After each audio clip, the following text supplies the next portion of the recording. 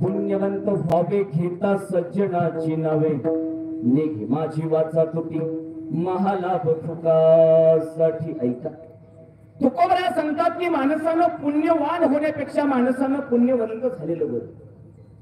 वान आणि वंत या शब्दामध्ये फरक आहे देवा. वान म्हणजे ज्याला मर्यादा आहे त्याला वान म्हणतात, आणि वंत या शब्दाला अमर्यादित.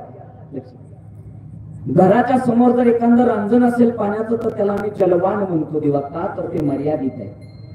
पण समुद्राच्या किनाऱ्यावरती गेल्यावरती त्याला आपण जलवंत म्हणतो, का तर तो अमर्यादित. तुकोबरा सांगतात माणसाला पुण्यवंत झालं पाहिजे, पण आजकाल देवा पुण्यवंत व्हायचंय कुणाला?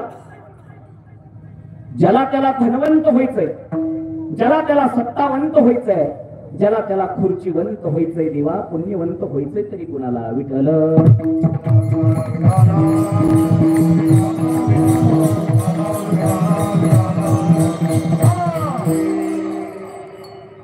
ज्याला त्याला धनवंत व्हायचंय. थोडा इको कमी करता ना, बास दे जरा व्यवस्थित. ऐका, रिपीट कमी करा. आजकाल माणसाला पुण्यवंत नाही तर आजकाल माणसाला धनवंत व्हायचंय देवा, खुर्चीवंत व्हायचंय, सत्तावंत व्हायचंय. बर देवा, पुण्यवंत होऊन तरी जीवनात काय फायदा आहे? कशाला कमवायचं पुण्य? तर कुठं तुमचं पुण्य उपयोगी येत आहे? एक दिवशी अकलूजच्या एसटीवर बसलो देवा, तुमच्याच गावात कीर्तन होतं समजा, लक्ष द्या माझ्याकडे. अकलूजच्या एसटीत बसलोय, अंगावरती पांढरा शर्ट आहे, धोतर आहे, उपारनं गळ्यात आहे, आणि एसटी निघाली. कंडक्टर माझ्या समोर आला, म्हणे तिकीट तिकीट तिकीट तिकीट महाराज तिकीट. मी म्हटलं कंडक्टर साहेब, मला मार्कडवाडीमध्ये फार मोठा सप्ताह कीर्तनाला जायचंय. बरं, मग तुम्ही जर मला तिथं घालवलं तर तुम्हाला अनंत जन्माचं पुण्य लागेल. कंडक्टर म्हणतोय बुवा, पुण्याचं परत बघू, आधी तिकीट काढा.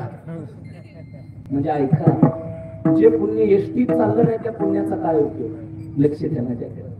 कशासाठी कमवायचं पुण्य? का कमवायचं पुण्य? सांगतो ऐक.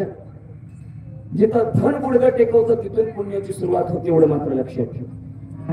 जिथं धन गुडघे टेकवतं ना तिथून पुण्य चालू होतं. एखादा पेशंट जर आयसीयू मध्ये असेल तर लोक रडत असतात बाहेर, नातेवाईक. डॉक्टर ज्यावेळेस बाहेर येतो आणि सांगतो दादा, लोक म्हणतात डॉक्टर साहेब 1 लाख नाही 10 लाख रुपये घ्या, पण आमचा पेशंट मात्र वाचला पाहिजे. डॉक्टर म्हणतो मी सगळे प्रयत्न केले, आता मात्र सगळं त्याच्या पुण्यावरती आहे.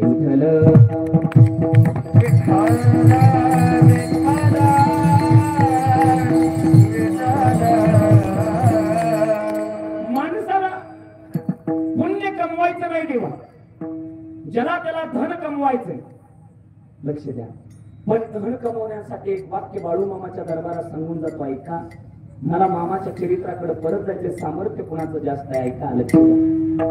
धन कमवण्यासाठी एक वाक्य सांगतो दादा, 50 लाखाची माळी बांधणं माझ्या हातात आहे. 50 लाखाच्या माळीला कुठून मीठ, कुठून वाळू, कसला गवंडी, कुठला इंजिनियर, सगळं माझ्या हातात आहे. पण 50 लाखाच्या माळीत किती दिवस